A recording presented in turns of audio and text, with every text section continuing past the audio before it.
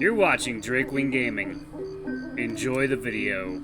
Hey guys, Nary here from Drakewing Gaming, and some of you know me on Twitter, the Gaming Dragon. Today I'm coming at you another Let's Play episode of Changeling Tale, but this time we're doing Chapter 4, or the first part of Chapter 4, with Jessie. So yes, I am back to doing Jessie content until the first part of Chapter 4 is done. Then I'm going to go back to the Selkie girl, who I have really grown fond of. But anyway, guys, sit back and enjoy the video, and enjoy the next 20 minutes, and let's jump right into it. Alarm 10, do your thing. Alright, here we go.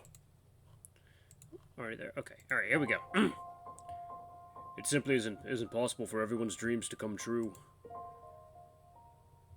My dreams are never enough to overcome my fate. Especially when someone else's dreams outshone mine, dimming my hope and vision. I couldn't outwit destiny with my imagination. When my fantasies grew to be at odds with reality, how quickly everything fell apart. Or perhaps I just never dreamt hard enough.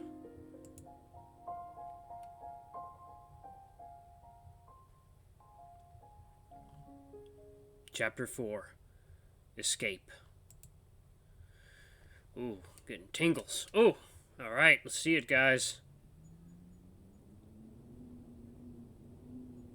Jessie! Jessie, where are you? My voice echoes in the lonely stillness of the forest, so far away from civilization. Beyond quiet, it's hard to believe the animals lie within, but the canine tracks at my feet do not lie. Jessie must be here, somewhere. I continue to follow the tracks for some time. The trees stand like silent sentinels, looming in the mist. I am not welcome here. I can sense it. Anxiety fills my veins. I turn on my heel, but the path from whence I came is nowhere to be found, vanished among the infinite trees of the forest. The trees, so tall, so imposing. It's as if they are leaning in toward me. My pace quickens. The space between the branches is getting narrower, seemingly corralling me down a track that leads yet deeper into the woods. Ooh, yes, there she is. Get her! Jessie? The sound is coming from my head. I break into a run, eager to find my mate, even more so to escape this frightful place. The branches have become tangles, reaching out toward me, ripping at my clothes as I bound ahead. Ooh. Fairy circle. The clearing. I reach the center and stop to catch my breath, then call out once more. Jessie, can you hear me? Please, come home. Oh! Oh Lord, what is that? Oh Lord, it's a heaven wolf.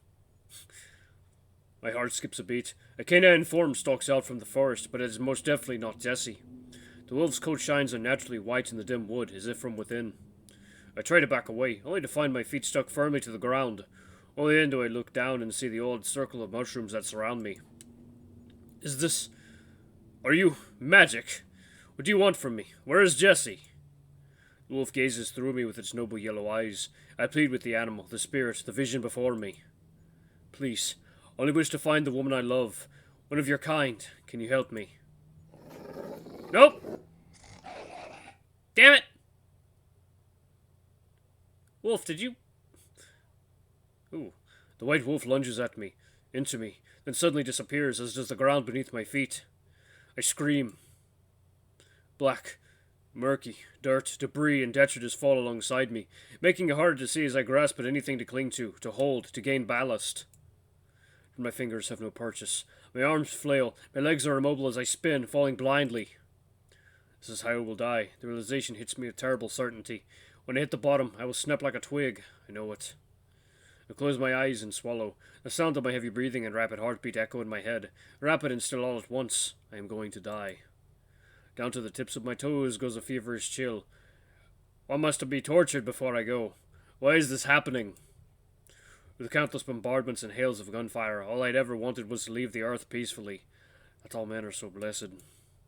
It seems fate would have me meet my end at the bottom of an abyss, to tear me apart from one woman who'd finally shown me joy, magic, purpose. No. Fate brought us together. Years of hardship, a war, and even a goddamn change in species hadn't torn us apart. We won't be thwarted by some infernal pit.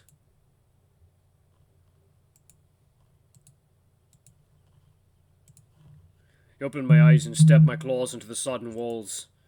My legs and arms become rigid, trying to combat an inevitable collapse. My elbows, heels, and heels glide like stones through my limbs in the oddest way. I feel my back arch, hunching forward as if making my body into a parachute. My heart beats faster as my panic changes to exhilaration. My descent is slowed. But I can sense the bottom of the pit fast approaching. Hard as a rock I will land. There's no happy end to this. I close my eyes and focus, imagining the ground as soft as a soft haven. My limbs tense, spread out to land on all fours. One more breath and... Ow! Yep, he's dead. Nope, okay, no, he's not. My head. You're awake! Barely. The dream has left me feeling utterly drained. It's a struggle not to slip back out of consciousness. Grace, what are you doing here? You took a nasty hit from my sister. Bulgaire had me heft you into the back room and asked me to look after you while he clears out the pub. You should have seen him, acting like he could single-handedly calm down an entire mob. That's a tall order, even for him. I fight against the fog in my mind. Grace lifted me all by herself, while Bulgaire calms... Oh, what? Grace looks visibly shaken. It's not good. A mess, really. The townsfolk got a real fright out of Jessie's sudden turn. Father riled them up even further. They're up in arms looking for Jessie now. Jessie! I sit up quickly and immediately regret it. My head spins, sending me back down flat onto the makeshift table. Hey, not so hasty. You don't look so good. She's in danger. Sis is a strong lass, quick on her feet. Don't worry, Malcolm. They don't stand a chance. The way her voice cracks exposes her own uncertainty. Anyway, Crivens, Malcolm. Hey, cats! No. Give me 1 second, guys. Sorry about that, guys. I had to break up a fight between two of my cats. They have not been getting along lately. I don't know what we're gonna have to do. We're gonna try whatever we can, but I don't want to give one of them away. But man, they've been getting into some nasty fights lately, so we're gonna see what a vet suggests. Anyway, let's get into it again. Okay. Right. Anyway, Crivens, Malcolm, you're pale as jellyfish. I'm going to fetch Alana. Don't go anywhere. Grace's command falls on deaf ears. As soon as she leaves the room, I gingerly stand up on 2 wobbly feet. Oh! My head swims. My legs feel like jelly, barely able to take my weight. Just how hard a hit had I taken?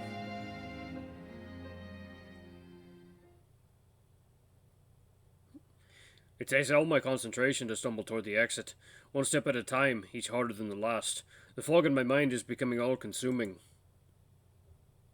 Hang in. Just a little longer, Jessie. I won't let them hurt you. Nope. Jeez, Malcolm. Uh-oh. Oh, what is that? I think I found an error right here, guys. Some kind of artifact. My knees give way as I exit the door. This is no longer a dream, I tell myself. I will my eyes to stay open. My head hurts, but I felt worse. I lift myself up and begin to bumble to and fro. Malcolm, you can do this. You've got to find her. Oh. Uh-oh. Oh, what's going on here? Shadows dart. Darkness overtakes the space around me. Okay. Oh. What is this? Oh, what is this? Oh. Yet I can still see very clearly. Somehow it's all different. More vibrant. Oh, is he changing? Ooh. Yep, he's changing. I try to focus my line of sight, squinting to sharpen the blurry outlines into rectangular shapes. Buildings, at once both familiar and alien. I shamble down a dimly lit lane, half walking, half erect. An innate knowledge I've never experienced takes over, compels me. Everything in my periphery has become a blur, a fuzzy mess of distorted dark colors, a palette of blues and purples and blacks like a painted swamp. My head spins, but I am alert. Very alert. Ooh. My ears stand at attention. The wind blows whipping through my fur, echoing in my skull. There's a clamor in the distance, shouting. They're after her. There's fear in the air. I can smell it. I can smell everything.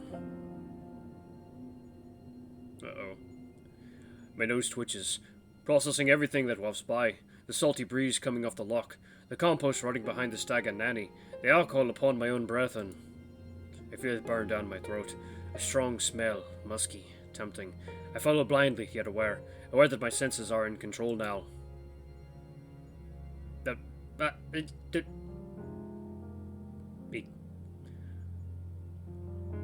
What? Oh, okay, he's chasing a feline. I thought he turned into a feline. I'm like, wait, what? A werewolf? Getting bit by a werewolf turns you into a werecat? I feel all four of my feet hit the earth, and I barely feel the dirt as I push off, chasing something black and feline. It's fast, but I am faster.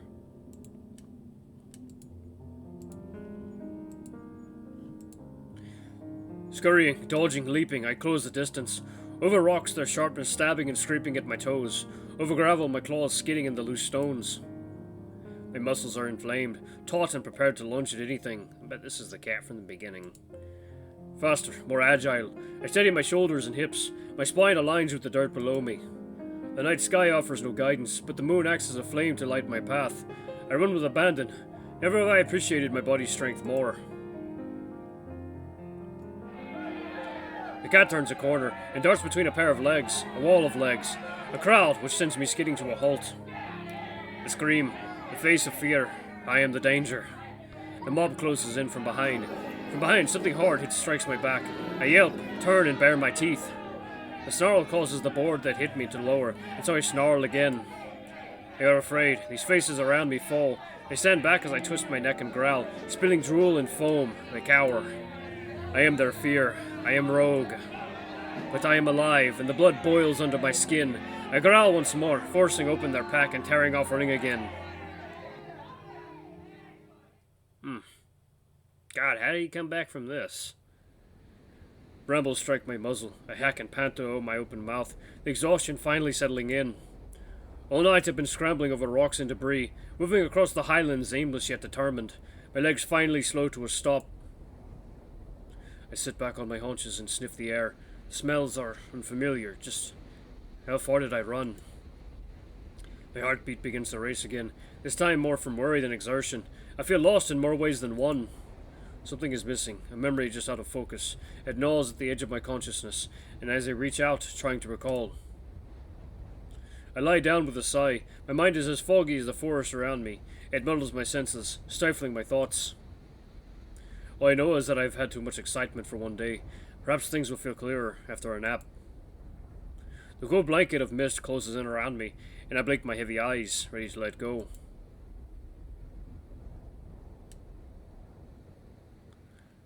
Something is watching me. I can sense it.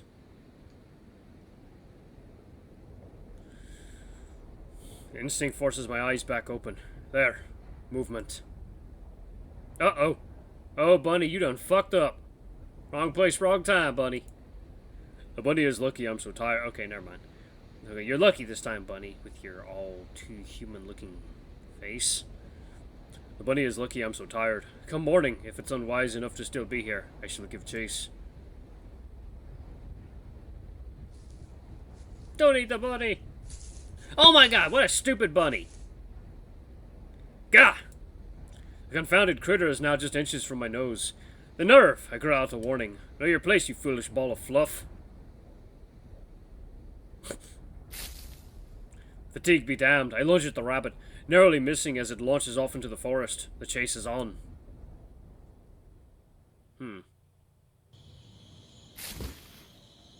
I jump and cascade down into thick brush and hard earth.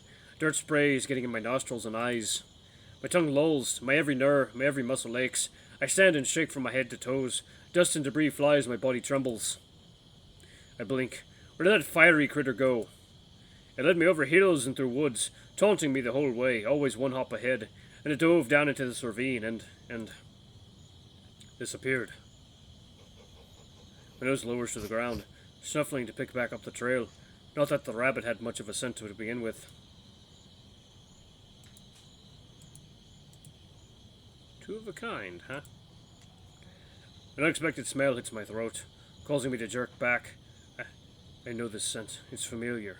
Potent. It's female. I inhale the scent again, deeply. It's dizzying. There are flashes in my mind. Memories. Faces. Screams. A girl dancing. Her voice followed by shouts. Fear. Shame. Hatred. Rage. The emotions build and build, overcoming me, bubbling up and out as I tilt my head back into a long, desperate howl. Ooh. A mournful bay answers my own. My ears perk up. It's her. Go get your girl. Blindly, I follow the scent until I am taken to an open field. Large boulders line the grass as I watch a figure my size and shape darts from rock to rock. Look at that smile. Oh, God, it's so adorable. I race towards the wolf and tackle her to the ground. As I stand over her, she gives me a playful swat and we begin to tussle. Oh, how I missed her. We roll about on the grass, two balls of furry energy. I get a strong floral whiff and sneeze. My sensitive nose can smell the lingering perfume on her body, the musk on her breath, even her emotions. She's exuberant, but also disoriented, confused. I sense restraint as we play. Why? We've known each other since we were pups. We're best friends. Why can't I remember? My head aches, and a part of me wants nothing more than to let this faint feeling, the source of my anguish, go. Try to remember. Oh, God! Adorable! I press my snout into her fur and take another deep breath. My head swims as more sensations flood in, echoes of another time. The fog begins to clear, replaced by a force, a presence, her presence. I reach toward it and feel her guide me, or perhaps we are guiding each other. She envelops me, nuzzling my body, inducing the memory from within.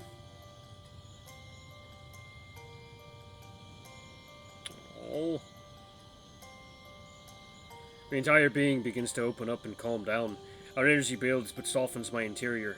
My blood settles, no longer wildly thrashing about in my veins. Slowly, she takes hold of me, as if from inside, and coaxes me gently back to another version of myself.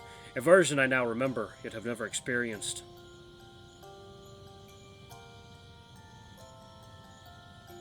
Oh. The sensation is much like stepping into a hot bath. Jarring but welcoming. Eventually I settle into the heat of the moment and surrender myself to the change.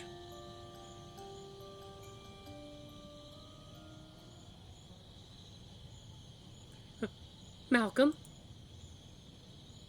Oh. Dazed, I blink open my eyes. It feels like I've just awoken from a long nap. Jessie, you won't believe. I had the wildest dream. I'm slurring my words. My mouth feels funny. Oh, God, Malcolm, what have I done? Jessie whips her head away, tears swelling at her eyes. You've stolen my heart, is what? I smile, trying to lift her spirits, unsure what has her in such a mood. My memories are still foggy. Oh, no. She misplaced her dress again. My own jacket is tight around my arms. I tug it off and offer it to Jessie. She reluctantly accepts but won't face me. So I scoot closer and wrap off warm fabric around her shoulders. That's when I see my claws. Oh, man, what a place to end it! Oh, man. Oh, that's so good. So good. Oh, I'm gonna save it right there. Guys, thank you so much for watching. This was... so glad to return to Jessie. It's been a wild video. A lot happened. The transformation is complete. But anyway, guys, thank you so much for watching. Don't forget to like, comment, subscribe, and ring that notification bell to the next video. I love you all. I'll see you next time. Bye-bye!